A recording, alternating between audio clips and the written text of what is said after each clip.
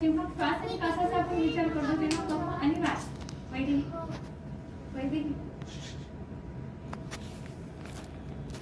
श्वास आणि कास, श्वास का सिक्का ह्या गोष्टींचा जेव्हा आपण विचार करतो, कासाचं जर आपण बघितले तर वातच पित्तच कफच संधिपातच असे प्रकार दिलेले आहेत.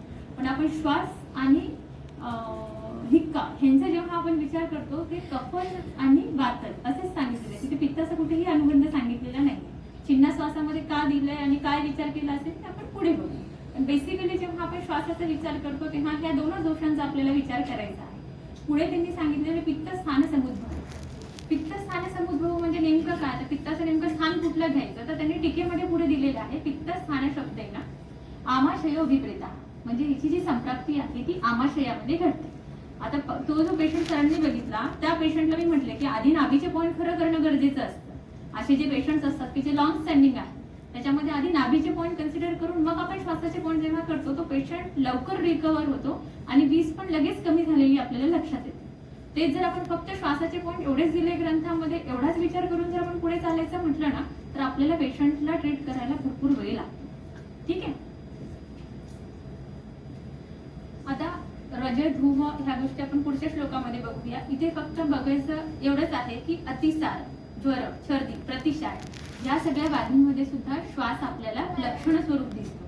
व्याधी स्वरूप आहे की लक्षण स्वरूप हे जोपर्यंत आपल्याला लक्षात येत नाही तोपर्यंत नुसतंच विचार करून काहीच उपयोग नाही. पांडूचा रुग्ण आहे, पांडूचा रुग्ण आहे त्याला दम लागतो. ठीक आहे. पांडूच्या रुग्णाला दम लागणं साहजिकच आहे, कारण प्राण जो आहे तो जो आपण नाभिस्थ प्राणवहन आपण जो म्हणतो त्याचे डिफरन्स पण मी पुढे स्लाइड मध्ये दिलेलंच आहे तुम्हाला.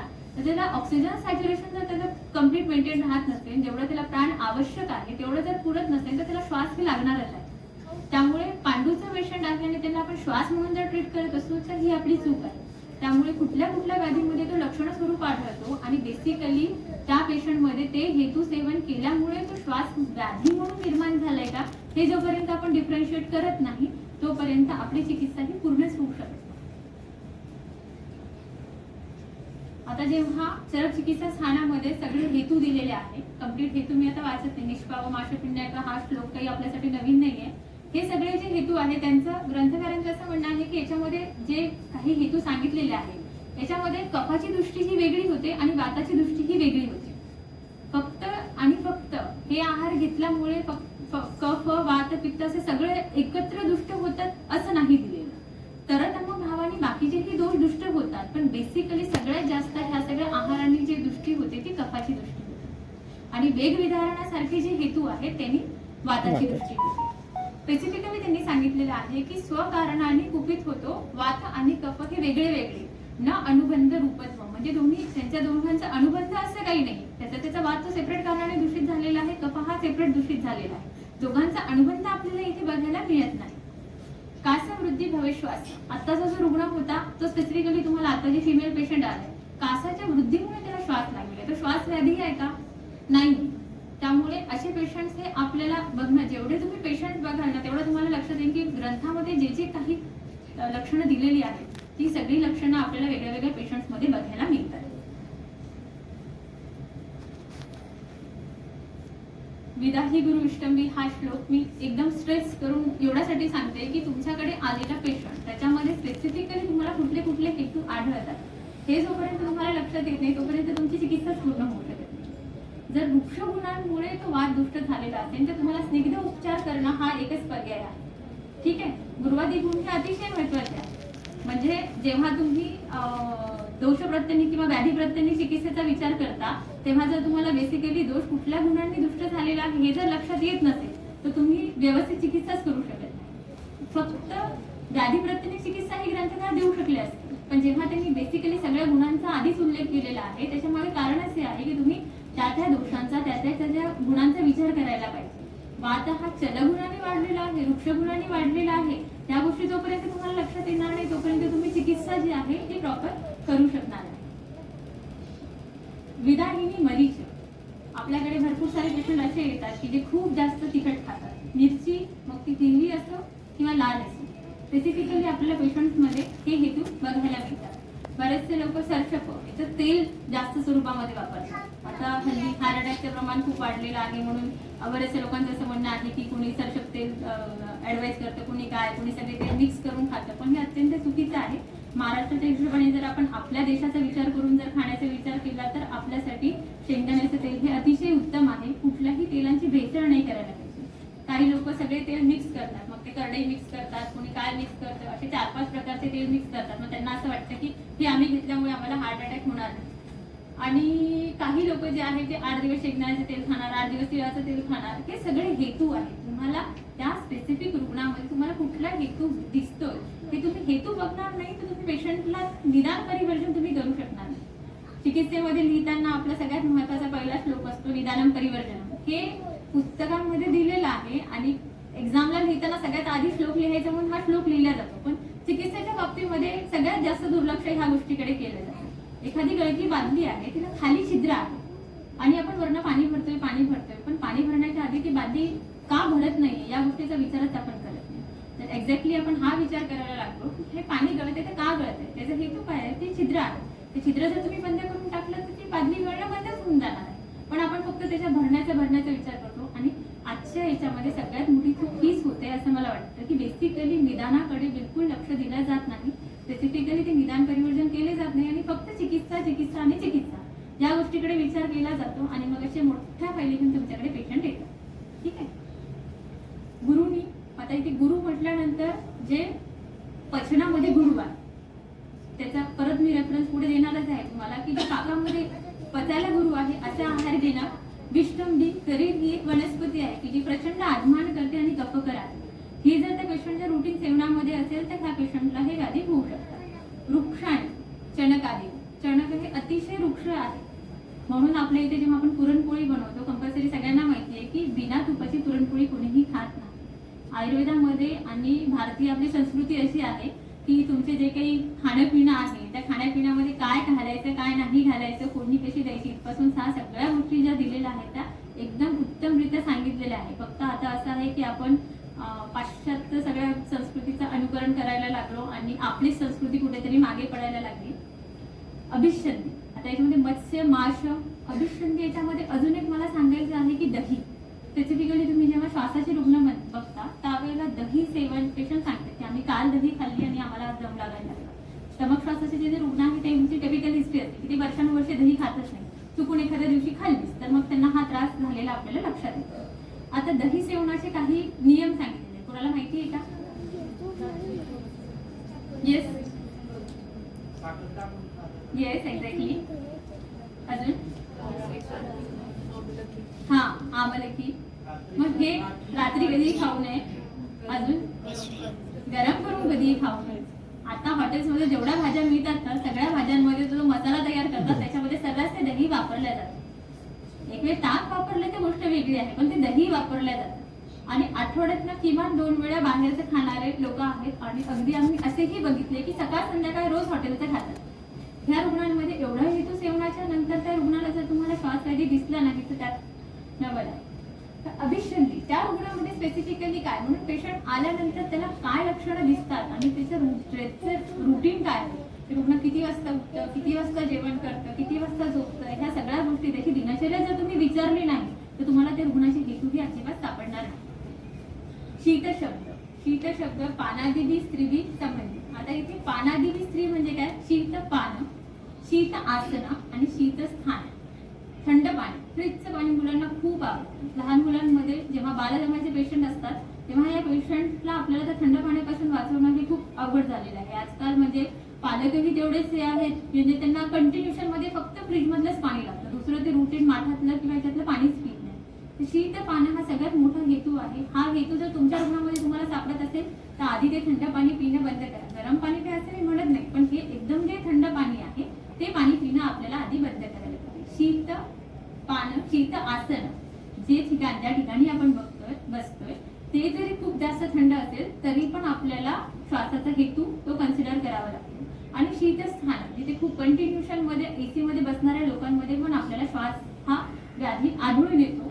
त्यावेळेला आपण पेशंटला सांगतो की तुम्ही कंटिन्यू जे एसी मध्ये बसताय थोडा वेळ ते एसी बंद करा, नाही तर मग थोडा वेळ तुम्ही बाहेर जाऊन या. कंटिन्युएशन मध्ये दिवसाही एसी मध्ये राहणारे आणि रात्री पण एसी मध्ये झोपणारे असे पेशंट्स आपल्याकडे येतात। बाकी कुठल्या गोष्टींचा त्याच्यामध्ये अवरोध होतो आणि हे खूप पुढच्या गोष्टी आहे, पण ऍटलीस्ट आपण आता श्वासव्याधी शिकतोय तर श्वासव्याधीमध्ये शीतपान, शीत आसन आणि शीतस्थान ह्या तिन्ही गोष्टींचा विचार हा नक्की करायचा। रजो धुळी, आत्ताचा पेशंट आला होता त्याच्यामध्ये हे एकच होतं, रज म्हणजे बारीक कण आणि धूळ म्हणजे धूळ, मग तो वारा असो किंवा मग गरम ह्याच्यामधून जो धूर निघतो तो धूर असो, हे दोन्ही गोष्टी नंतर पेशंटला श्वास लागलेला आपल्याला लक्षात येतो। एक पेशंट माझ्याकडे होता की तो म्हणजे ज्यावेळेला कोविड होतं ते कोविडच्या जस्ट आधी तो फ्युमिगेशनसाठी पेशंटच्या घरी जायचा आणि फ्युमिगेशनची त्या दिवशी तो अमोनियाची बॉटल उघडताना ती बॉटल जी आहे ती कम्प्लीट उघडल्या जात नव्हती म्हणून त्यांनी फोर्सफुली उघडायला गेला आणि ती बॉटल कम्प्लीट स्पॉइल झाली आणि पूर्ण रूम मध्ये ते अमोनियाचा वास, त्या अमोनियाच्या वासामुळे त्याचे डोळे पण सुजले आणि त्याला श्वास घ्यायला पण कम्प्लीट जळजळ व्हायला लागले, त्याला ऍडमिट करावं लागलं। पण हे झाल्यानंतर पण तो रुग्ण याच्यातून बाहेर नाही निघाला। ठीक आहे, तो 3 दिवस आयसीयू मध्ये होता, सगळ्या गोष्टी झाल्या, पण नंतर पण तो पेशंट म्हणायचा की मला अजूनही दम लागल्यासारखं वाटतो आणि मला अजूनही वाटतं की मला पूर्ण श्वास घेता येत नाही। मग त्या पेशंटला हे श्वासाचे पॉईंट केले, पण ह्या पेशंटमध्ये कसं होतं की तो पेशंट स्पेसिफिकली म्हणायचा की मला असं वाटतं की आता माझा श्वास बंद होऊन मी जाईल। त्याला टिपिकली सकाळच्या वेळेला हा भास व्हायचा 4 ते 5च्या दरम्यान, की जो आयुर्वेदामध्ये थोडासा कफाचा काळ सांगितलेला आहे, त्यावेळेला त्याला असं वाटायचं की बस माझा श्वास आता रोखला जातोय आणि मी मरून जाणार आहे। म्हणजे तो त्याच्यातनं जिवंत वाचला, हे त्याच्यासाठी ना म्हणजे खूप मोठं हे होतं की मी जिवंत आहे, पण ह्या गोष्टीचा इम्पॅक्टही त्याच्यावर होता की जर काही कमी जास्त झालं असतं तर आज मी ह्याच्यामध्ये नसलो असतो। तर ह्याच्यामध्ये मानसिक आघात हा खूप मोठा होता।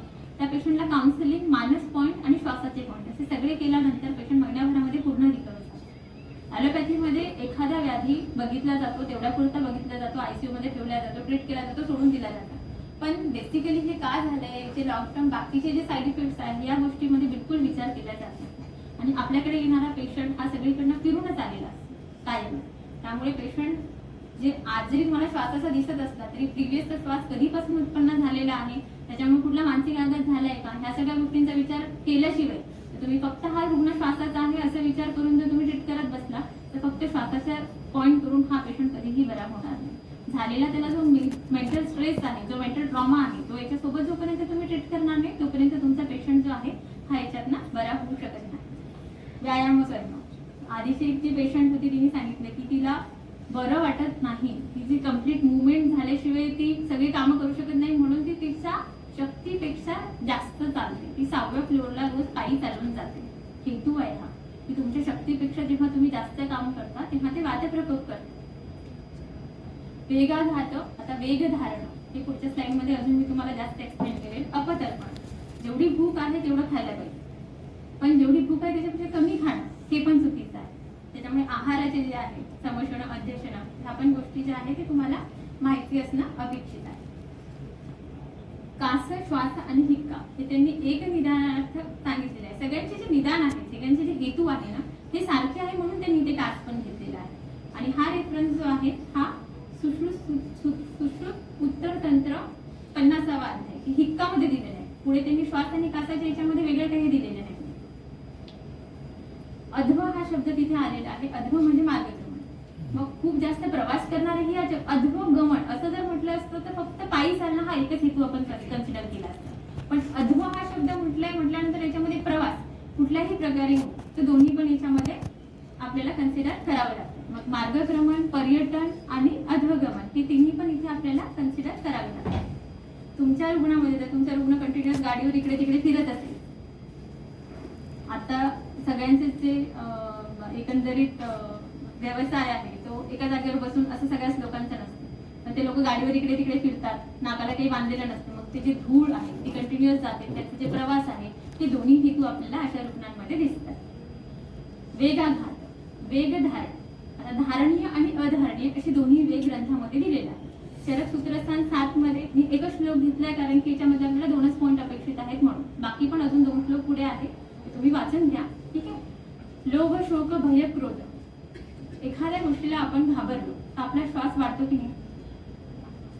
जर तात्पुरता तो वाढला, आधीच मी तुम्हाला जे अमोनिया पॉइझनिंगचं सांगितलं त्या रुग्णामध्ये हेच झालं होतं की भय, त्याला त्या गोष्टीचं जी आहे भीती बसली होती, की परत आपल्याला असं होईल का, परत आपला श्वास रोखला जाईल का आणि परत आपल्यासोबत काही कमी जास्त झालं तर काय. मग आता ह्या भय हा धारणीय वेग आहे, त्याचं धारण केलं पाहिजे. जोपर्यंत याच्यातून तो बाहेर निघणार नाही तोपर्यंत तो रुग्ण बरा होणार नाही. क्रोध मॅक्झिमम आपल्याला जनरल आपण जेव्हा प्रॅक्टिसमध्ये बसतो तेव्हा बऱ्याच वेळेला जे पेशंट बघायला मिळतात ते फिमेल पेशंट्स असतात. नवरा बायकोचे भांडण झाले आणि मग ती बाई खूप दम लागलाय म्हणून तिचा नवरा तिला घेऊन येतो. आल्यानंतर आपण विचारलं तर स्पेसिफिकली हिस्ट्री घेतली तर त्यांचं काही नाही, आम्ही आलो संध्याकाळी आणि मग आमच्या दोघांची वाद झाली आणि आता तिला दम लागला. हिस्टेरिक असंही नाही म्हणता येणार, पण तो जो क्रोध आहे, तो क्रोध आहे हा धारणीय वेग आहे, त्याचं धारण करायला पाहिजे. त्या धारणीय वेगाचं धारण न केल्यामुळे तिला श्वास लागलेला आहे आणि म्हणून ते रुग्ण आपल्याकडे आलेलं आहे. त्या पेशंटला काउन्सिलिंगची गरज असते, मेडिसिनची बिलकुलच गरज नसते. त्याच्यामुळे धारणीय वेग काय आहे आणि इथे ही का दिलेली आहे हे आपल्याला इथे लक्षात येईल. पटतंय का नाही बोलतंय ते बरं. ज्यांना वाटत असेल की मी बरोबर बोलते त्यांनी कन्सिडर करा, नाही तर बाकीच्यांनी सोडून द्या. पुढे आहे धारणीय वेगाच्या नंतर अधारणीय वेग. अधारणीय पण सगळ्या वेगांमध्ये आपल्याला हेच लक्षणं दिसतात का, तर नाही. अधोवाद स्पेसिफिकली फिमेलच्या बाबतीमध्ये ही खूप कॉमनली आपल्याला बघायला मिळतं की कुठेतरी गेलेलं आहे, मग ते अधोवेगाचं धारण करतात आणि त्यानंतर ही लक्षणं घेऊन ते येतात. मग अशा वेळेला आपल्याला श्वास हा व्याधीच ट्रीट करायचा नाही. अधोवाताच्या वेगामुळे जर एखाद्या पेशंटला श्वास लागलेला असेल तर इथे श्वासाच्या पॉईंटचा कुठलाही रोल नाही. इथे फक्त आपण अंगुष्ठाचं जरी विद्या केलं ना, ते अधोवाद जो आहे तो त्याच्या मार्गाला लागून गेला तर तुम्हाला त्या पेशंटच्या श्वाससाठी कुठलीही अननेसेसरी ट्रीटमेंट करायची गरज पडत नाही. तुम्हाला सकाळपासून मी दाखवते, पण त्या म्हणजे हेतू काय आहे त्या स्पेसिफिक रुग्णामध्ये. वेग विधारणामुळे झाले आणि फक्त अधोवाताच्या वेग विधारणामुळे झाले, अंगुष्ठ विद्या करा तुमचा पेशंट बरा होणार आहे.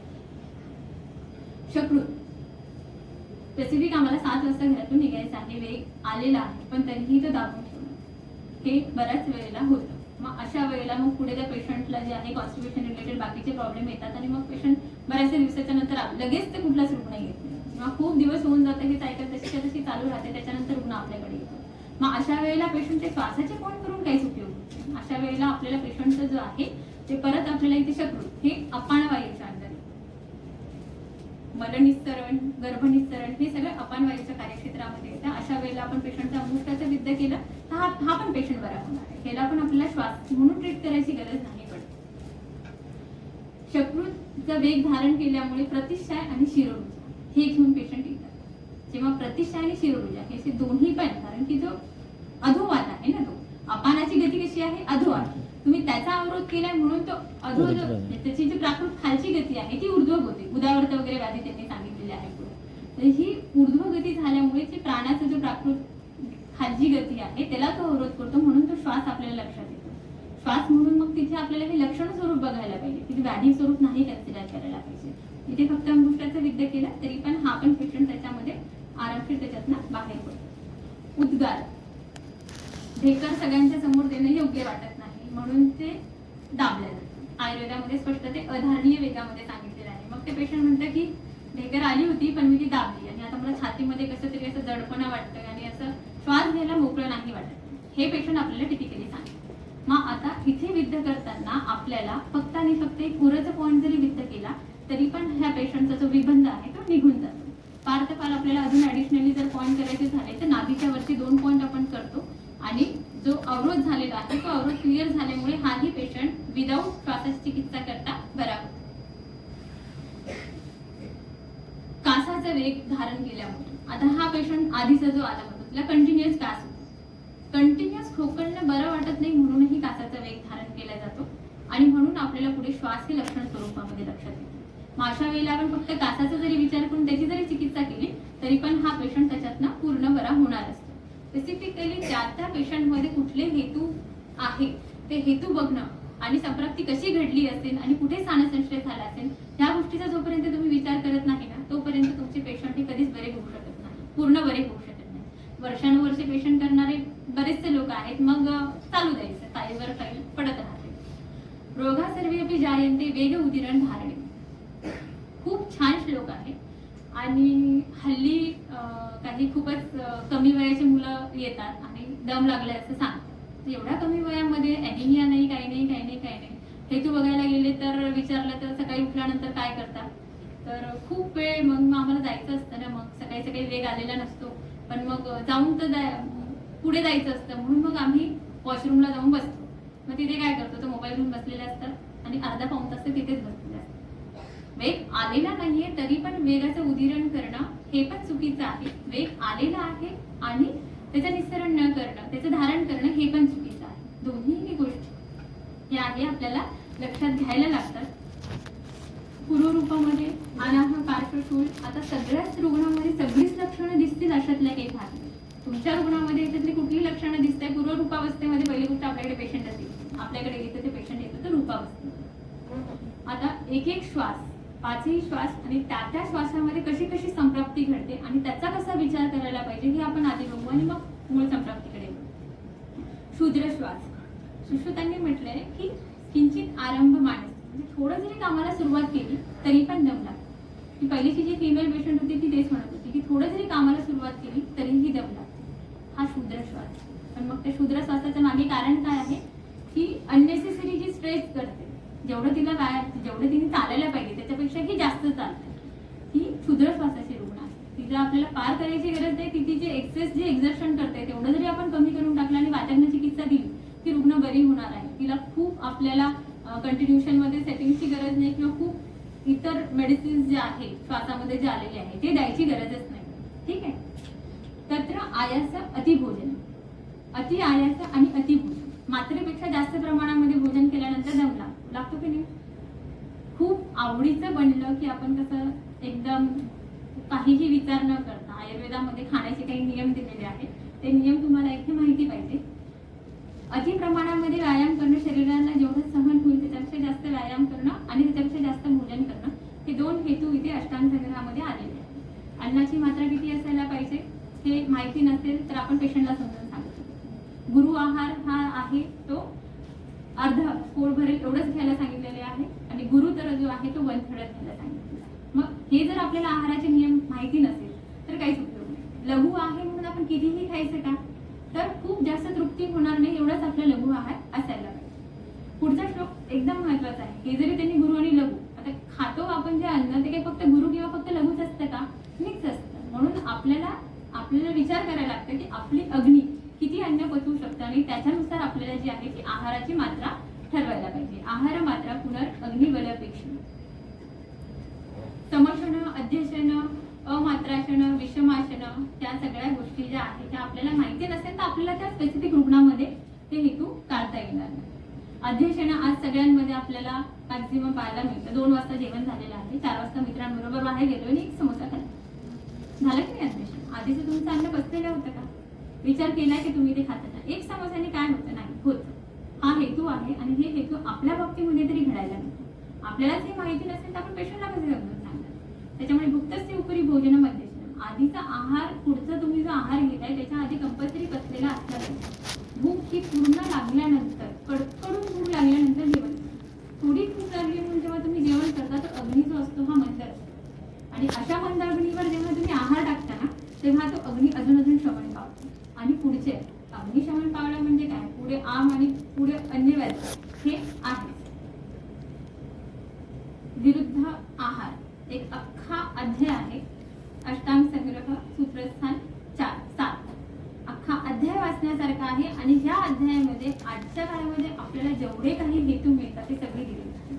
बेसिकली सगळ्या लोकांना चहा बरोबर बिस्किट म्हणजे दूध आणि मीठ हे आपल्या याच्यामध्ये विरुद्ध सांगितलेलं आहे. आणि सगळ्यात जास्त स्किन डिसीजेस घेऊन आणि रेस्पिरेटरी प्रॉब्लेम घेऊन जे पेशंट येतात त्याच्यामध्ये आपल्याला हे हेतू आहे. रोज सकाळी दूध आणि चपाती खाणं हा आमचा नाश्ता. रोज सकाळी आम्ही रात्रीची 1 पोळी, रात्रीची 1, परिशित अन्न आणि ती पोळी कशी केलेली असते त्याच्यामध्ये कंपल्सरी सगळ्यांच्या घरामध्ये मीठ टाकलेलं, ती दूध आणि पोळी. हे विरुद्ध. माझ्याकडे एक केस होती, तो मुलगा 7 वर्ष इकडे तिकडे सगळीकडे फिरत होता आणि त्याला सगळीकडे बॉडीवर पॅचेस होते. केस पण त्याची ऑलमोस्ट पूर्ण झालेला आहे. तर त्याचा जो भाऊ आहे तो एका आयुर्वेदिक कॉलेजला होता आणि तो श्वासासाठी माझ्याकडे ट्रीटमेंट घेऊन गेला होता म्हणून त्यांनी त्याला पाठवलं की अरे मी बरा झालोय, तू जा त्यांच्याकडे. त्या पेशंटला फंगल इन्फेक्शन म्हणून इतकं ट्रीट गेलं की म्हणजे आता अँटीफंगल देऊनही काही उपयोग नव्हता अशी कंडिशन त्याची होती. सगळीकडे पॅचेस होते आणि ॲलोपॅथीचं प्रेझेंटेशन नुसतं तर टिपिकली जो आहे तो खरंच फंगल इन्फेक्शन म्हणूनच ट्रीट व्हायला पाहिजे. निर्माण होण्याचं म्हणजे कारण काय, हेतूच जर माहिती नसेल तर चिकित्सा करण्यात पाहिजे. तो म्हणाला मी रोज सकाळी उठतो आणि आंघोळ करतो आणि जेवण करून निघून जातो. म्हटलं ठीक आहे. मग दुपारी आल्यानंतर पण काहीतरी खातो. आणि रोज संध्याकाळी म्हणे मला दूध चपाती खूप आवडते, दूध चपाती किंवा दूध भात ते मी खातो रोज. हे किती वर्ष चालू होतं. जेव्हापासून त्याला समजतं त्याची आई म्हणाले की त्याचं रोजचं तेच आहे की त्याला संध्याकाळी भाजीपोळी बिलकुल नको, त्याला रोज दूध आणि चपाती किंवा दूध आणि भाकर हेच पाहिजे. म्हटलं त्याला खूपच आवडत असेल ना तर तुम्ही त्याच्यापुरतं जी चपाती आहे ती बिना मिठाची करा आणि त्याला खाऊ. पण मीठ असलेले कुठलेही पदार्थ हे दुधाबरोबर जाता कामा नये. नंतर तिला चिकित्सा दिल्यानंतर तो पेशंट फक्त 7 महिन्यामध्ये पूर्ण बरा झाला. त्याचे कंप्लीट केस आले आणि त्याच्या शरीरावर आज कुठलाही एकही मार्क नाही. पण तो पेशंट 7 वर्ष टिकला आणि जवळजवळ 4 ते 5 लाख रुपये त्याच्यामध्ये त्यांनी खर्च केले. हेतू बघणं किती गरजेचं आहे, विरुद्धांना माहिती असणं किती गरजेचं आहे. त्याचं एक्झाम्पल देण्यासाठी मी तुम्हाला ही केस सांगितली. पाणी आणि भोजन याचा संबंध. जेवताना कोण पाणी कधी पितं, कोणी जेवणाच्या खूप आधी पितं, कोणी जेवताना पितं, कोणी जेवण झाल्यानंतर पितं. का तर म्हणजे त्या आमच्या डॉक्टरांनी सांगितलेलं आहे की जेवण झाल्याशिवाय पाणी प्यायचं नाही, जेवण झाल्यानंतर पाणी प्यायचं. कफ प्रकोप करणार आहे, स्थौल्य निर्माण करणार आहे. नाही आम्ही पाणी पिल्याशिवाय आम्ही जेवणच करू शकत नाही. 2 ग्लास पाणी पितो आणि मग आम्ही जेवणार आहोत. सगळे अंगणी मान्य करणार. ते पेशंट तुमच्याकडे कृशता घेऊनच येणार. जेवणाच्या मध्ये पाणी पिणं हे लोकांना माहितीच नाही. फक्त जेवणाच्या आधी आणि जेवणाच्या नंतर आयुर्वेदामध्ये ह्या सगळ्या गोष्टी दिलेल्या आहेत. हे जर तुम्हाला माहितीच नसेल त्याच्यामध्ये उदक का हे पॉईंट घेतलेला आहे मी पुढे संप्राप्तीमध्ये सांगणारच आहे. उदक व स्रोतसाची दृष्टी ही याच्यामध्ये असते. तुम्हाला जर की पाणी पिण्याचे नियमच माहिती नसतील पेशंटला तुम्ही काय सांगणार. घोटघोट मध्ये पाणी प्यायला सुश्रुत संहितेमध्ये सुद्धा सांगितलेलं आहे. सुश्रुतांचा रेफरन्सेस ऍक्च्युली खूप वेगळा आहे, तो ते सांगत नाही आता. प्राणवायूद्वारा शरीराचं पोषण. नाभिस्थ प्राणभवन शिरप्रदेशी राहतं, हे नाभीच्या ठिकाणी राहतं. मग ह्या प्राणामध्ये आम्हाला खूप कन्फ्युजन आहे की नाही. हे कन्फ्युजन इथेच क्लिअर होऊन जाईल तुमचं.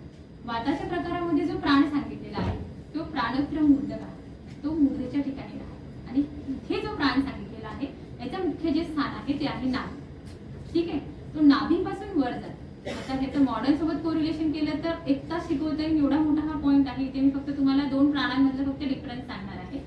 इंद्रिय मन हृदय यांच्यावर नियंत्रण करून शरीराचे धारण करण्याचं जो कार्य आहे तो वातामधले जे प्राण उदान व्यान सांगितलेले याच्यातला प्राण करतो. आणि ह्या प्राणाचं काय काम आहे तर रक्ताबरोबर सर्व शरीरामध्ये संचार करून जीवन हे कार्य हे वायू करतो. म्हणजे काय तर ॲलोपॅथीनुसार जे ऑक्सिजन आहे ते ऑक्सिजनेटेड ब्लडशी आपण ह्याला कोरिलेट करू शकतो. निश्वासामध्ये कारणीभूत निश्वास जे आहे हे काम जे करतं तर हा प्राण की जो प्राणाच्या प्रकारांमध्ये सांगितलेला आहे. आणि निश्वासाच्या वेळेला साक्षात बाहेरून आतमध्ये जो येतो तो हा प्राण आहे. हा चिकित्सेमध्ये महत्वाचा आहे. जेव्हा आपण चिकित्सा करतोय तेव्हा आपल्याला ह्याच्यातल्या कुठल्या प्राणाची दृष्टी झालेली आहे हे जर लक्षात येत नसेल तर चिकित्सेचे पॉइंटच चुकतात.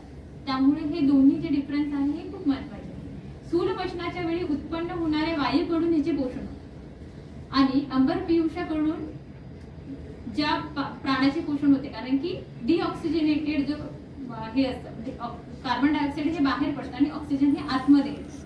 त्याच्यामुळे त्यांनी म्हटलं आहे की बाहेरच्या अंबर पियुषाकडून ह्याचं जे आहे ते पोषण होतं. दोन्ही मधला डिफरन्स जो आहे ह्या फर्स्ट इयरचा क्रिया शरीरामध्ये दिलेला आहे. क्षुद्र श्वास सगळ्यांना लक्षात आला असेल. आता आपण तमक श्वासाकडे वळू. तमक श्वासामध्ये शयन श्वास पीडित आणि असिनोलबते सौख्य ह्या दोनच याच्यावर मी ते स्ट्रेस करेन. आपल्याकडे पेशंट आले, श्वास हे लक्षण पेशंट म्हणतंय की नाही मला झोपल्यानंतर बिलकुलच बरं वाटत नाही, बसल्यानंतर थोडंसं बरं वाटतं. तो पेशंट लेफ्ट वेंट्रिक्युलर फेल्युअरचंही असू शकतो.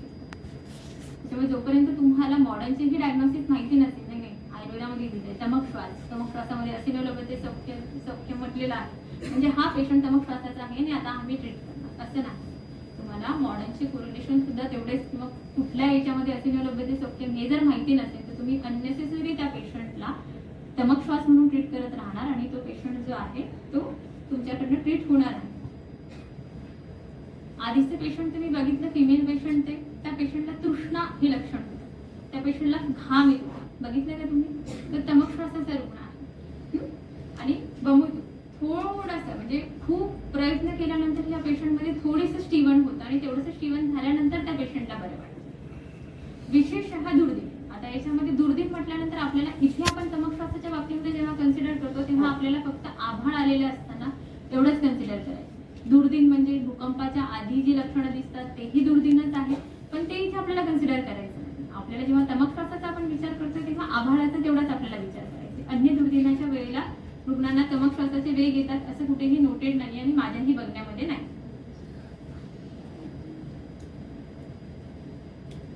ललाटेने सिद्धते बघितलं का? आधीचे पेशंट स्पेसिफिकली त्या पेशंटला कपाळाला घाम येतो. काही पेशंट मध्ये जर स्विद्धते दिले तर मग ते कम्प्लीट पण घाम येऊ शकतो किंवा फक्त ललाटाच्या प्रदेशी पण घाम येऊ शकतो. कम्प्लीट जर पेशंटला हे होत असेल, घाम येत असेल, तर अशा वेळेला आपल्याला नाभीच्या विद्धाचा विचार करावा लागतो आणि फक्त ललाटाच्या ठिकाणी जर पेशंटला घाम येत असेल तर आपल्याला फक्त ललाट आणि शंख एवढ्या 2 पॉईंटचा जरी विचार केला तरी पण ते पेशंटचं ते लक्षण जे आहे ते बरं होणार आहे. साध्यो नवा शारांगण संहिता पूर्वखंड 5व्या अध्यायामध्ये म्हटलंय की एखाद्या व्याधी जर तो सुखसाध्य आहे, तुम्ही त्याला तेव्हाच जर व्यवस्थित ट्रीट नाही केलं तर तो कृष्ठसाध्य झाल्यानंतर तेव्हाही जर तो ट्रीट नाही केला तर तो याप्ते होतो आणि याप्ते झाल्यानंतर तुम्ही त्याला ट्रीटमेंट केल्यानंतर प्रत्याख्यान होतो. त्यामुळे पेशंट तुमच्याकडे जितका early diagnosis, early treatment patient पूर्ण करा. जेवढा तुमच्याकडे पेशंट लेट येणार आणि आयुर्वेदाकडे हे पेशंट लेटच येतात, कारण की आयुर्वेदामध्ये काही खूप चांगले रिझल्ट मिळतात असं कोणाला वाटत नाही. आयुर्वेदाची औषधं ही खूप महाग आहेत. अजून एक लोकांचा खूप हा गोड गैरसमज असतो की खूप सारी औषधं डॉक्टर देतात आणि आम्हाला खूप दिवस जावं लागतं, त्याच्यामुळे आम्हाला आयुर्वेदिक डॉक्टरांकडे जायचं. आणि म्हणून ते जो साध्य व्याधी आहे ते फार याप्य किंवा प्रत्याख्य झाल्यानंतर आपल्याकडे येतं. त्याच्यामुळे आपल्याला जनजागृती करायची खूप गरज आहे. साध्यो नवा असं जरी म्हटलेलं असलं तरी माझ्याकडे एक 62 इयर मेल पेशंट होतं. डॉक्टरच आहे, होमिओपॅथीचे डॉक्टर आहेत आणि त्यांना 10 वर्षापासून अस्थमाचा प्रॉब्लेम होता. ते दिवसातनं 2 वेळा किंवा 3 वेळा पंप घ्यायचे आणि महिन्याभरातनं कमीत कमी त्यांना 3 वेळा एमॉक्स तरी घ्यावे लागायचे. एवढा त्यांना सिव्हिअर त्रास होता. आणि पेशंट म्हणून म्हणण्यापेक्षा ते सरांच्या नेहमीच्या ओळखीचे आणि मी 1-2 वेळा भेटली होती. आयुर्वेदाच्याच लोकांना इथं गंध नाही, तर होमिओपॅथीच्या डॉक्टरांना हे समजून सांगणं आणि त्यांची ट्रीटमेंट करणं हे अजून एक आमच्यासमोर मोठं चॅलेंज होतं. म्हटलं सर मी प्रयत्न नक्कीच करू शकते, तुम्ही जर सिन्सिअरली येणार असाल तर आपण सकाळ संध्याकाळचं 2 वेळा विजिट करू, आपण बघू.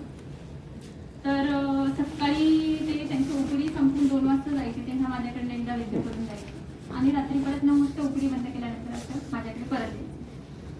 त्यांच्या मुलाचं लग्न होतं 1 महिन्याच्या नंतर आम्ही त्यांना ट्रीटमेंट सुरू केली. महिनाभर ते माझ्याकडे रेग्युलरली आले. महिनाभरानंतर ते राजस्थानला गेले, एसीनी गेले, एसीनी आले, तिथे सगळे फॉल एसी होते, तरी त्यांना बिलकुल त्रास झाला. नंतरच्या ज्या सेटिंग्स होत्या, महिनाभर आम्ही त्यांना सकाळ संध्याकाळ केली, पण महिनाभराच्या नंतर जसं त्यांना जमेल, आठवड्यातनं 1 वेळा, आठवड्यातनं 2 वेळा, असं आम्ही 4 महिने त्यांची ट्रीटमेंट जी आहे ती कंटिन्यू केली. 2019 ची गोष्ट आहे, 2020 मध्ये लॉकडाऊन असेल, बरोबर 2019 ची गोष्ट आहे. 2021-22 मध्ये ते माझ्याकडे आले. त्यांनी मला त्यांच्या हातात 2 पंप दाखवले, म्हणे हे बघ नीता, हे दोन्ही पंप मी आज परत करतोय कारण मला मागच्या 2 वर्षामध्ये ह्या पंपची बिलकुल गरज पडलेली नाही. आयुर्वेदामध्ये श्वास हा ट्रीट होत नाही का? होतो, पण तुम्हालाही तेवढी कन्सिस्टन्सी ठेवायला लागते. रुग्ण आणि वैद्य या दोन्ही पण कंटाळून चालत नाही. पेशंट जरी कंटाळला, पेशंटने फॉलोअप नाही दिला तरीही होत नाही. आपण जरी कंटाळलो आणि आपण जरी पेशंटला व्यवस्थित चिकित्सा दिली नाही तरीही होत नाही. त्याच्यामुळे रुग्ण आणि वैद्य या दोन्हीमध्ये सातत्य असणं हे खूप गरजेचं आहे. आता ह्या श्लोकाचा विचार जर केला तर साध्यो नवा असं जर मी विचार केला असता आणि म्हटलं असतं की नाही हे खूप जुनं झालेलं आहे आणि आता बरं होत नाही किंवा होऊ शकत नाही, तर असं नाही. आपला आयुर्वेदावर विश्वास असायला पाहिजे आणि असत्य आहे म्हणून सोडून द्या असं कुठेही सांगितलेलं नाही. असाध्य जरी व्याधी असेल तरी तो तुम्ही रुग्णांना समजून सांगायला पाहिजे आणि जोपर्यंत शक्य होईल तोपर्यंत आपण त्याची ती चिकित्सा जी आहे ती करत राहिली पाहिजे.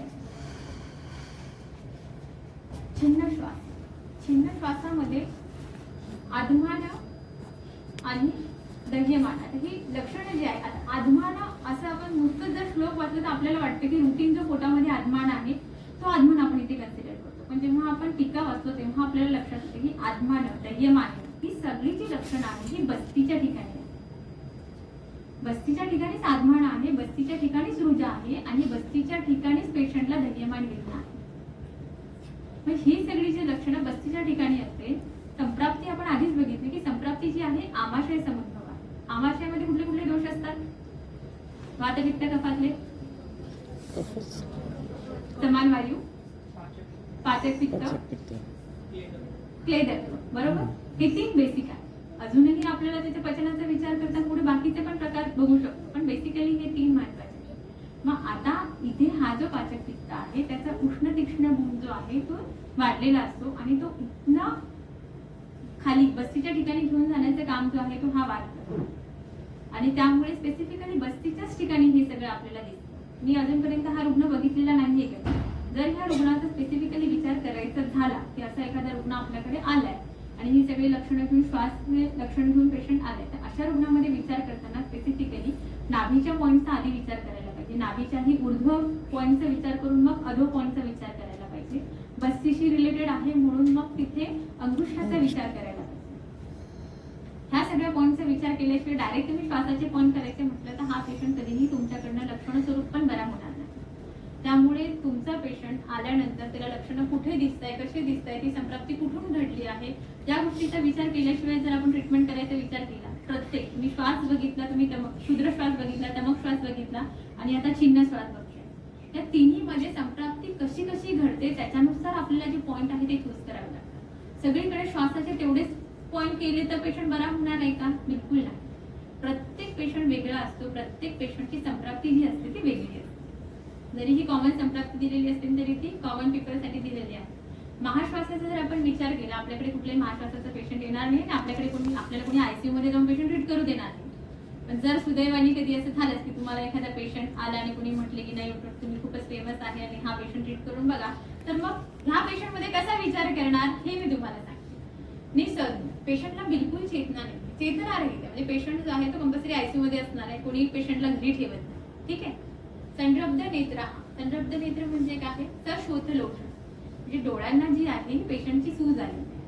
मग इथे आमाशयाची दृष्टी झालेली आहे आणि दोषांनी स्थानसंशय की नेत्राच्या ठिकाणी केलेला आहे. अचेतन आहे म्हणजे शिराच्या प्रदेशी पण आहे. मग अशा वेळेला आपल्याला नाभीच्या पॉईंटच्या सोबत मानसचे जे पॉईंट आलेले आहे, मग याच्यामध्ये उर पण येणार, सपनी पण येणार, ललाट पण येणार, शंख पण येणार आणि ह्याच बरोबर नेत्राचे जे पॉईंट आहे उपनासिका, ललाट आणि अपांग, ह्या तिन्ही पॉईंट्स आपल्याला विचार करावा. उपनासिका, ललाट आणि अपांग सोबत अष्टांग संग्रहकार आणि शंख हा पॉईंट पण नेत्राच्या विकारामध्ये दिलेला आहे. एवढे पॉईंट जर तुम्ही व्यवस्थित करणार असाल तर त्या पेशंटचा नेत्राचा जो शोध आहे मला तरी वाटतं की कमी व्हायला पाहिजे. आम्ही आतापर्यंत जे पेशंट बघितलेले आहेत त्या पेशंटनुसार तरी व्हायला काही हरकत नाही. ऊर्ध्व श्वास, सरकारने त्याला दीर्घ श्वास म्हटलेला आहे, बाकी लक्षणं जी आहे ती सारखीच आहे. इथे फक्त मर्म हा शब्द आलेला आहे, त्याच्यामध्ये मर्म म्हटल्यानंतर सगळे 107 मर्म आपल्याला अपेक्षित आहे का? नाही. फक्त हृदय, बस्ती आणि शिर. मग आता ह्या तीनच येतात. हा पण जो पेशंट आहे हा पण आयसीयू मध्येच असणार आहे. हा पेशंट काही आपल्याला कॉमनली आपल्या ओपीडीमध्ये येणारच नाही. निश्चेष्ट, कुठलीही चेष्टा या पेशंट मध्ये आपल्याला बघायला मिळते. मग आपण जर इथे हृदय, बस्ती आणि शिर ह्यांचा जर विचार केला तर उर, सपनी, ललाट, शंख, अपांग ह्या सगळ्या पॉईंटचा आपल्याला विचार करावा लागतो. आणि स्पेसिफिकली बस्तीचा जेव्हा आपण विचार करतो तेव्हा आपल्याला परत इथे अंगुष्ठाचा विचार करावा लागतो. ठीक आहे. संप्राप्तीच्या श्लोकामध्ये वाग्भटांनी सांगितलेले आहे प्राण, उदक आणि अन्न ह्या तिन्ही स्रोतसांची दृष्टी. आता प्राण, उदक आणि अन्न, उदक व स्रोतसाची, अन्न व स्रोतसाची दृष्टी ही कशी आपण बघूया. मिथ्याहार विहामुळे अग्निमांद्य होणार आहे. अग्निमांद्यामुळे माझं प्रेझेंटेशन खूप चांगलं नाहीये कारण की ते मला अजून खाली घेता आलं नाही म्हणून मी तुम्हाला या पद्धतीने दाखवते, पण मी एक्सप्लेन करते त्याच्याकडे लक्ष द्या. मिथ्याहार विहारामुळे अग्निमांद्य होतो. अग्निमांद्यामुळे उदकवह आणि अन्नवह स्रोतसाची दृष्टी होते. ही कशी होते तर जर तुम्हाला प्राणवह, उदकवह आणि अन्नवह त्या तिन्हीचे मूलस्थान माहिती असेल, त्यांची दृष्टीची कारण आणि लक्षणं माहिती असेल तर तुम्हाला लक्षात येईल की हे सगळं का असेल. तर उदकवह, अन्नवह स्रोतसाची दृष्टी झाली आहे, आमोत्पत्ती झाली आहे, कफ प्रधान दोष, बाकीचे दोष नाही आहे का? बाकीचे दोष नसले असते तर शिन्न कसामध्ये आपल्याला पित्ताची लक्षणं दिसलीच नसते. त्यामुळे बाकीचेही दोष आहे, फक्त तरतम भावानी कफ प्रधानता मिथ्या विहारामुळे, वेगविधारणामुळे आणि पित्ताहारातले काही स्पेसिफिक कारणांमुळे जो आहे तो वात प्रकोप झालेला आहे.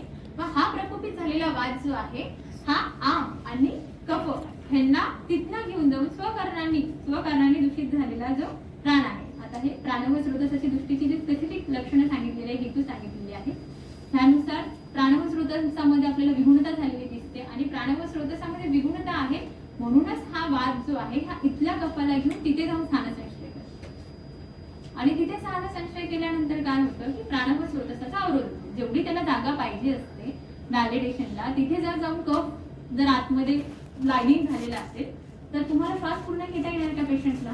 श्वास पण पूर्ण घेता येणार नाही आणि जेवढा ऑक्सिजनेटेड ब्लड सगळीकडे पोहोचायला पाहिजे तो पोहोचणार नाही. श्वासा प्राणव स्रोतसामध्ये अवरोध होतो आणि म्हणून आपल्याला व्याधी स्वरूप श्वास हा व्याधी दिसतो. समजतंय का? खूप फास्ट होत आहे.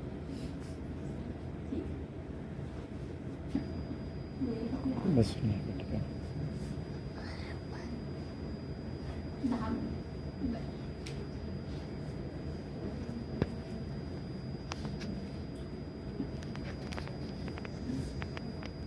चरक विमानस्थान 5 त्याच्यामध्ये प्राण, उदक आणि अन्न हे तिन्ही स्रोत तुम्ही होमवर्क म्हणून वाचून घ्या. ठीक आहे.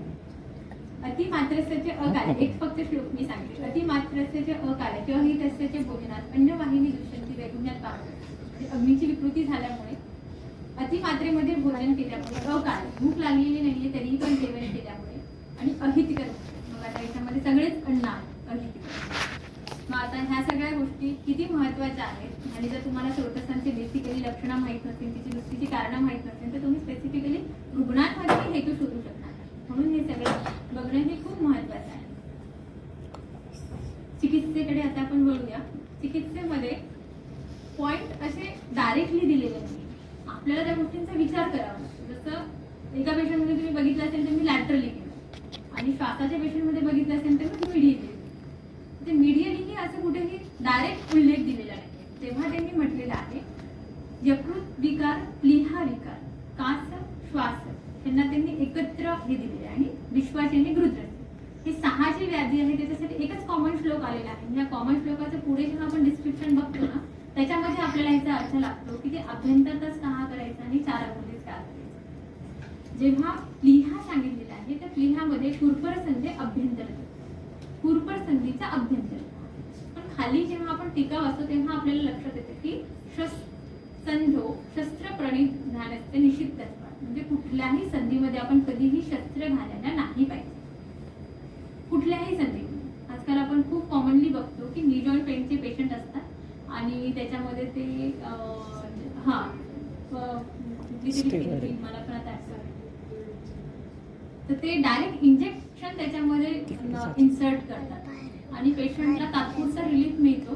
पण कुठल्याही संधीमध्ये कधीही शस्त्र घालायला नाही पाहिजे. तरीही कायम तेच म्हणायचे की तुम्ही खूप जर तुम्हाला संधींचं खूप चांगलं नॉलेज असेल तर आणि तरच तुम्ही नी जॉईंटचं विद्या करा, अदरवाईज तुम्ही करू नका. कारण तिथे आपण डायरेक्ट संधीमध्ये इन्सर्ट तो एकच पॉईंट असा आहे की जिथे आपल्याला डायरेक्ट संधीच्या ठिकाणी विद्या करायचं असतं. बाकीचे सगळे पॉईंट जे आहेत ते पण खाली वर. तर इथे असंच आहे की जरी त्यांनी कुरपर संधी अभ्यंतरतः म्हटलेलं असेल तर आपण कुरपर संधीच्या अभ्यंतरता म्हणजे डायरेक्ट संधीमध्ये नाही. मग अभ्यंतरता म्हणजे मग किती? 1 अंगुल घेऊ शकतो, 2 अंगुल घेऊ शकतो, 3 अंगुल घेऊ शकतो किंवा 4 अंगुल घेऊ शकतो. तर त्याचा रेफरन्स जो आहे ना तो पुढे गृध्रसीमध्ये त्यांनी दिलेला आहे चतुरंगुल. गृध्रसी आणि विश्वास ह्याचे जिथे एक्सप्लेनेशन दिलेलं आहे तिथे त्यांनी दिलेलं आहे की 4 अंगुल जे आहे ते अभ्यंतरता करायचं. म्हणजे 4 अंगुल वर आणि 4 अंगुल खाली असं आपण कुरपर संधीच्या ऊर्ध्वाधर घेतो. गृध्रसीचा विचार करताना आपण हा पॉईंट नी जॉईंटच्या वर आणि खाली 4 अंगुली मिडियली. सेकंड पॉईंट त्याच्यामध्ये अजून एक आलेला आहे की कनिष्ठिका आणि अनामिका अंगुलीच्या मध्ये. आता हा पॉईंट एक्झॅक्टली कुठे घ्यायला पाहिजे तर ही जे वेब आहे त्या वेबवर आपण हा पॉईंट वेबवर खूप पुढे जरी आपण घेतलं तरी आपण निडल आरपार टाकतो. खूप आतमध्ये जर जायला गेलं तिथे परत संधी आहे. त्याच्यामुळे आपल्याला संधीवर पण नाही जायचंय, पुढे वेबवर पण नाही. त्यामुळे आपण जो पॉईंट करतो ना हा ह्याच्या सेंट्रली करतो. किती डेप्थनी करतो तर फक्त टिप प्रिक करतो. याच्यापेक्षा जास्त जर आपण प्रिक केलं तर काय होईल? तो पॉईंट जो आहे तो आरपार होऊन इकडनं समोरच्या याच्यामधनं तो बाहेर येईल. एवढा डीप आपल्याला जायचं. आपल्याला फक्त आणि फक्त तिथल्या कॅपिलरीजवर कार्य करायचं. म्हणून आपण फक्त जस्ट टिप प्रिक करतो आणि काढून वर किती प्रिक करायचं आहे तर रुग्ण जर व्यवस्थित उपचित असेल तर आपण अर्ध्या निडलपेक्षा पण जास्त प्रिक करू शकतो. रुग्ण जर एकदम बारीक असेल पेडियाट्रिक पेशंटचा मी तुम्हाला व्हिडिओ दाखवला तर त्याच्यामध्ये जस्ट टिप प्रिक केल्यानंतर थोडंसं आतमध्ये गेलं कारण ते मांस धातू तेवढा नाहीये तर आपण आपल्याला फक्त मांस धातूपर्यंत जाणार. त्याच्यामुळे पेशंटचा जो उपचय आणि उपचय आहे ते बघून आपल्याला त्या पॉईंटची जी डेप्थ आहे ती ठरवायला पाहिजे.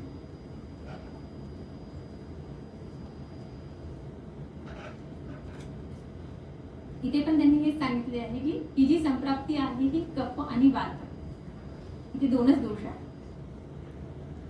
दोन्ही पॉइंट लक्षात आले. पूर्वपर संधीच्या अभ्यंतरतः मग आपण संधीमध्ये निषिद्ध सांगितलेले म्हणून आपण संधीच्या ठिकाणी नाही करत.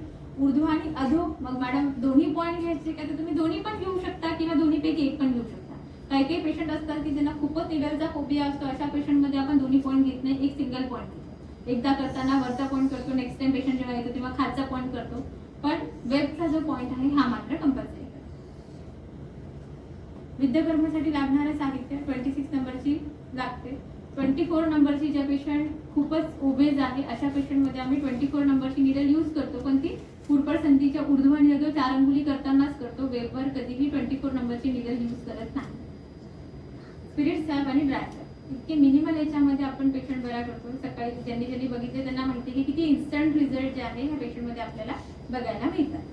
जेव्हा आपण पॉइंट्स करतो तेव्हा त्या पॉइंटसाठी एक स्पेसिफिक पोझिशन पाहिजे. एकदम ताठ हात करून चालणार नाही आणि असा कम्प्लीट फ्लेक्स करूनही चालणार नाही. जिथे जिथे ग्रंथांमध्ये उल्लेख आहे तिथे सेमी फ्लेक्स, जस्ट थोडंसं आपल्याला जॉईंट जो आहे तो रिलॅक्स झाला पाहिजे. खूप जेव्हा आपण टाईट करतो तेव्हा तिथनं जे दोष रसाने रक्ताबरोबर वहन करायचं, रस रक्त त्याच्याबरोबर वात पित्त आणि कफ हे सगळे एकत्र वहन करतात. की मी वेगळं सांगायची गरज नाही, हे सगळं आपल्याला पचन ह्या याच्यामध्ये झालेलं आहे. ठीक आहे. जेव्हा आपण त्याला सेमी फ्लेक्स करतो तेव्हा त्याला जायचा जो रस्ता आहे तो मोकळा असतो आणि अशा वेळेला जे दोष आहेत ते तेव्हा आपण क्लिक केल्यानंतर व्यवस्थित बाहेर, बरोबर. म्हणून त्या त्या पोझिशनला जसे ग्रंथामध्ये दिलेले आहे त्याच पोझिशनला आपण त्या अँगल ठेवून जर आपण विद्या करायला गेलो तर आपल्याला 100% चांगले रिझल्ट बघायला मिळतात. कनिष्ठिका आणि अनामिका अंगुलीच्या मध्ये जेव्हा करायचं असतं तेव्हा आपण ते वेबवर करतो. असं करून जर आपण करायचं म्हटलं तर आपल्याला ती वेब दिसणार नाही. दोन्ही बोटं जर आपण अशी चिटकून ठेवून जर करायचं म्हटलं तर आपल्याला ती वेब दिसणार नाही. म्हणून आपण ती किंचित थोडी बाजूला करतो आणि मग आपल्याला ती वेब जी आहे ती क्लिअर दिसायला लागते. खूप जास्त असं करायचं आहे का, स्ट्रेच करायचं आहे का, तर नाही. असं लावून ठेवायचं आहे का, तर असंही नाही. त्याला आपल्याला जस्ट थोडंसं मोकळं करायचं आहे आणि मग आपल्याला तो पॉइंट जो आहे, जनरली हा आता काही पेशंटमध्ये ते खूप म्हणजे एकदम गोरे असतात त्यांच्यामध्ये नाही, पण थोडे सावळे पेशंट जे असतात त्याच्यामध्ये इथपर्यंत हे व्हाईट आणि हे ब्लॅक असे दोन डिमार्केशन एकदम व्यवस्थित दिसतात. तर ते ब्लॅक आणि व्हाईटचं जे जंक्शन असतं त्या जंक्शनवर जरी तुम्ही केलं तरी पण चालतं. पूर्वकर्मामध्ये कंपल्सरी आपण स्पिरिट स्क्रबने क्लीन करतो. इथे आता हे 100% स्पिरिट आहे, 25% स्पिरिट जरी असेल तरीही चालतं. पण जिथे लिजन्स आहेत, कुठेतरी ऑलरेडी आपल्याला समजा इथे एखादा कोड आलेला आहे किंवा बॉइल्स आहे, अशा ठिकाणी आपल्याला कधीच विद्या करायचं नसतं. कारण बाहेरचं एखादं इन्फेक्शन आपण आतमध्ये इन्व्हेट करू शकतो. त्यामुळे जिथे इन्फेक्शन असेल तिथे आपण विद्या नाही करत, तो पॉईंट आपण सोडून देतो किंवा त्याच्या खाली किंवा वर करतो. ठीक आहे. आता इथे उपनासिका आणि नासाग्र हे ऍडिशनल पॉईंट आहे. जर आपल्याला असं वाटलं की पेशंटला डीएनएस आहे, श्वास घ्यायलाही त्रास होतोय आणि बाकीचेही काही लक्षण आहेत, तर मग आपण हा उपनासिका किंवा नासाग्र हा पॉईंट आपण घेतो. प्रधान कर्मामध्ये पूर्वपर संधीच्या ऊर्ध्व आणि अधो 4 अंगुली अभ्यंतरतः, मी इथे अर्धव्रीही लिहिलेलं आहे, पण माणसाचा उपचय बघून आपल्याला ठरवायचं आहे की ते अर्धव्रीही घ्यायचं आहे की नाही. कनिनिका आणि अनामिका जी बोट आहे त्याच्यामध्ये म्हणजे हा परत जो आहे हा वेबवर येणार आणि हा फक्त आपल्याला टिपच क्लिक करायचा आहे, म्हणून मी इथे 1 उपनासिका आणि नासाग्र जर आपल्याला वाटलं की श्वास घेण्यामध्येच पेशंटला प्रॉब्लेम आहे म्हणून हे सगळे लक्षणं दिसत आहे, तर मग आपण उपनासिका आणि नासाग्र आम्ही महिन्यात आठवड्यातनं 1 वेळाच करतो. रोज करायची गरजच पडत नाही, कारण की ते कार्टिलेज आहे तिथे, त्यामुळे तुम्ही त्याला वारंवार डॅमेज करणं हे चुकीचं आहे. उपनासिका जे आहे ते तुम्ही डेली करू शकता आणि उपनासिकाची इथे जर तुम्ही फिगर बघितली तर एवढ्या कम्प्लीट रिजन मध्ये तुम्ही कुठे जरी केलं तरी पण आपल्याला उपनासिकाचे रिझल्ट आहेत ते बघायला मिळतात. त्यामुळे आम्ही पेशंटला अगदी सकाळ संध्याकाळ पण बोलवतो. तुम्ही जर पेडियाट्रिक पेशंट बघितला, कदाचित तुम्हाला आवाज व्यवस्थित आला नसेल, तर मी त्याला 3 दिवस रोज बोलवलं होतं आणि 3 दिवसाच्या नंतर डायरेक्ट 5 दिवसांनी त्याला फॉलोअपला बोलवलं. जेव्हा तो 5 दिवसांनी फॉलोअपला आला त्यावेळेला त्या पेशंटला बिलकुल त्रास काहीच नव्हता. त्याला जे कंटिन्यू होता ना, दर 8 दिवसाला त्याला 3 दिवस अँटीबायोटिक ही कंपल्सरी घ्यावी लागायची आणि दिवसातनं कमीत कमी 3 वेळा नेबुलायझेशन अँटीबायोटिक ब्युडेकॉर्ट त्याला कंपल्सरी द्यावं लागायचं. ते दिलं नाही तर त्याला श्वासच घेता यायचा आणि रात्रीची झोप त्या मुलाला माहितीच नव्हती. पहिलं विद्या केल्यानंतर जेव्हा दुसऱ्या सेटिंगसाठी त्याची आई आली, त्याची आई म्हणाली की आमचं बाळ कितीतरी वर्षाच्या नंतर आम्ही व्यवस्थित झोपलेलं बघितलं. इतके छान, इतके फास्ट रिझल्ट बघायला मिळतात. फक्त एवढंच की तुम्ही जे पॉईंट्स करताय ते तुम्ही व्यवस्थित केले पाहिजे. पेडियाट्रिक पेशंटमध्ये खूप विचार करून पॉईंट करायला लागतात. तुम्हाला त्या पेशंटला खूप विश्वासात घेऊन ते पॉईंट्स करावे लागतात. सरांकडे असताना एक पेशंट होता की त्याचं वेट कमी होतं, त्या पेशंटला ॲडिनॉइड्स पण होते आणि टॉन्सिलायटिस पण होते, दोन्ही होतं आणि फक्त वेट कमी असल्यामुळे त्याला एनेस्थेटिकचा फिटनेस मिळत नव्हता. आणि सरांचं ते रुटीन पेशंट असल्यामुळे सरांकडे आले. ते 5 वर्षाचा मुलगा होता. मग सर म्हणाले की ठीक आहे, म्हणजे फिटनेस तर मिळत नाहीये आणि पेशंटला त्रास तर होतोय, मग करायचंय का आपण तिथं. त्याचे आई वडील ते नेहमीचे पेशंट असल्यामुळे ठीक आहे म्हणे सर आपण करूयात म्हणून. सरांनी त्या मुलाला कन्व्हिन्स केलं आणि 5 दिवस आपण रोज करू असं म्हणाले. म्हणजे मुलगा रात्री ॲडिनॉइड्स असल्यामुळे मुलं तोंड उघडं ठेवून झोपतात, झोपी त्यांची बरोबर होती. विद्या केल्यानंतर तो पेशंट दुसऱ्या दिवशी जेव्हा आला तेव्हा त्याची आई म्हणाली की सर माझ्या मुलाला मी 5 वर्षात पहिल्यांदा तोंड बंद करून व्यवस्थित झोपलेलं बघितलं. सिंगल विद्याने एवढा फरक पडतो का? ते पडतो, खरंच पडतो. हे प्रत्यक्ष बघितले आणि सरांकडे ह्या गोष्टी बघितल्या नसताना तर मला पण एवढं शास्त्रांवर आणि ह्या सगळ्या गोष्टींवर विश्वास असताना, कारण की सिरावेद हे लहान मुलांमध्ये निषिद्ध सांगितलेलं आहे. मग मॅडम तुम्ही विद्या कसे करता? निषिद्ध सांगितलंय ना, करायला नाही सांगितले लहान मुलांमध्ये. आपण कुठलंही सिरावेद इथे करत नाहीये, आपण फक्त विद्या कर्म करतो. एकदम मिनिमम होतं किंवा होत सुद्धा नाही. पेशंट पण कॉपरेट करत असेल तर आपण करू शकतो. अगदी आम्ही 1.5 वर्षापर्यंत 1.5 वर्षापासूनच्या मुलांना की जे सेरेब्रल पाल्सीचे आमच्याकडे पेशंट असतात, हायपोक्सिक ब्रेन डॅमेज झालेला असतो, अशा पेशंटमध्ये आम्ही अगदी 1.5 वर्षाच्या मुलांपासून पण केलेलं आहे. अग्निकर्म पण केलेलं आहे आणि विद्याकर्म पण केलेलं आहे. एक 2.25 वर्षाची मुलगी माझ्याकडे आली होती. तिला नेक होल्डिंग बिलकुलच नव्हती. ती बसायची पण नाही, नेक होल्डिंग पण नाही, काहीच नाही. त्या पेशंटला विद्या सुरू केल्यानंतर 3 दिवसामध्ये त्या मुलीची नेक होल्डिंग आली आणि नंतर साधारण 2 ते 3 महिन्यामध्ये ती मुलगी व्यवस्थित बसायला लागली. बाकीची डेव्हलपमेंट तिच्यामध्ये हळूहळू होत गेली, कारण की ह्या पेशंटमध्ये एकदम आपल्याला फास्ट रिकव्हरी ही होऊ शकत नाही. आपल्याला तेवढा वेळ द्यावा लागतो. ते पेडियाट्रिक पेशंट असल्यामुळे तुम्ही त्याला रोजच्या रोजही विद्या करू शकता. तुम्हाला काही अंतर ठेवावं लागतात. 1 दिवस आड, 2 दिवस आड, कधी आठवड्यातनं 1 वेळा अशा सेटिंग्स करून तुम्हाला ते पेशंट बरे करायचे असतात. त्यामुळे ह्या पेशंट्समध्ये ना थोडासा वेळ लागतो. पहिला पेशंट जर तुम्ही बघितला त्याच्यामध्ये हा पॉईंट पण मी केला होता, at the junction of median 2/3 आणि लॅटरल 1/3 ऑफ क्लॅव्हिकलच्या लोअर बॉर्डरला आपण तो करतो. हा चायनीज पॉईंट आहे. हा आयुर्वेदामध्ये ह्याचा उल्लेख बिलकुल नाहीये. पण जेव्हा त्या पेशंटला मी विचारलं, त्या पेशंटने सांगितलं की मला अजून काही समजत नाही, म्हणून तो ऍडिशनल पॉईंट म्हणून मी घेतला. आणि नंतर हे पेशंट जाताना म्हटलं की आता तिथला श्वास घ्यायला एकदम मोकळं वाटतं. जेव्हा आपल्याला रुटीन पॉईंट केल्यानंतर असं वाटतं, नंतर त्या पेशंटला वाटूनच असणार आहे बरं, पण तरीही एक ऍडिशनल पॉईंट म्हणून जेव्हा आपण विचार करतो की हे केल्यानंतरही पेशंटला बरं नाही वाटत आहे, तर आपण हे एक ऍडिशनल पॉईंट जर चायनीज मेडिसिन मध्ये दिलेला आहे, मीडियल 2/3 आणि लॅटरल 1/3च्या जंक्शनला क्लॅव्हिकलच्या खाली वर्ण. हा जास्त डेप्थने जायचं नाही, कारण त्याच्या खाली लंग्स असतात. ठीक आहे. पश्चात कर्माची कुठलीही आवश्यकता आपल्याला विद्याकर्म केल्याच्या नंतर राहत नाही. विद्याकर्म मग आता हे कधी कधी करायचं, कसं करायचं, एका सिंगल विद्याने पेशंट बरा होतो का? तर ह्याचं हे उत्तर आहे की मी तरी पेशंटचे फॉलोअप अशी ठेवते की 8 दिवस किंवा 5 दिवस पेशंटला सलग बोलू डेली. आधी मी सकाळ संध्याकाळ बोलवायची, कारण मी 2 वेळा ओपीडीला बसायची. आता मी एकदाच ओपीडीला बसते, त्यामुळे आता एकदाच माझा फॉलोअप असतो पेशंटचा. सकाळ संध्याकाळ करणं जरी शक्य असेल तर आपण सकाळ संध्याकाळ सुद्धा पेशंट करतो. असे 8 दिवस रेग्युलर, एक आठवडा झाल्यानंतर त्याचा नेक्स्ट जो वीक असतो पेशंटला फरक पडतो म्हणजे पडतो.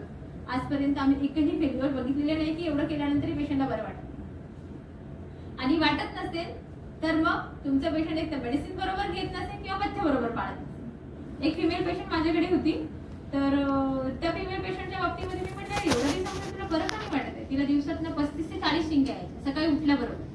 म्हणजे शिंकाचीच तिच्या दिवसाची सुरुवात होती. ती स्वयंपाक करायचीच नाही, स्वयंपाकघरात जायचीच नाही, कारण ती फोडणीच्या वासनेतला कंटिन्यू शिंका सुरू होती. आणि एकदा शिंका यायला लागल्या की म्हणजे 35-40 शिंका ती सांगायची की आले म्हणजे एवढ्या शिंका यायच्या. कमी झाल्या, एवढ्या सिटीज केल्यानंतर त्या कमी झाल्या. मग त्या 15-20 पर्यंत आल्या. म्हणजे आता कमी आहे, पण माझ्या शिंका काही बंद झाल्या. तिला विचारलं, म्हटलं तू रोजचं खाते पिते काय? तर म्हणजे काही मी रोजचं घरचंच खाते. मी तिला म्हटलं की तुझ्या हजबंडला तू सोबत घेऊन, म्हणजे दुसऱ्या दिवशी तिच्या हजबंड सोबत आले. त्यांना विचारलं, म्हटलं ह्या पेशंटला मला पाहिजे तसा फरक नाही मिळाला, काय कारण आहे? तुमचं पेशंट औषध घेते का बरोबर? म्हणजे नाही, फार कंटाळा करते, ती औषध बरोबर घेत नाही. जेवढं मी औषध देईल तेवढं ती घेते, बाकी ती तिच्या मनाने औषध घेते. मी 10 दिवसाची औषध दिल्यानंतर जर पेशंट माझ्याकडनं 20 दिवस औषधच मागत नसेल तर मला समजतं ना पेशंट व्यवस्थित औषध घेत नाही म्हणून मी म्हटलं हजबंड म्हणून तुमची रिस्पॉन्सिबिलिटी, ह्या पेशंटला तुम्ही रोज जर औषध देणार असाल तर मी या पेशंटची ट्रीटमेंट करते, नाही तर मी करेन. दुसरं त्या पेशंट मध्ये अजून विचारलं तर म्हणे मॅडम ती आठवड्यातनं 3 वेळा तरी बाहेरचे खाते. तिला म्हणे घरचं आवडतच नाही, कारण की ते गुजराती फॅमिलीला बिलॉंग करतात आणि त्यांच्याकडे मध्ये कांदा लसूण वगैरे काही खात नाही.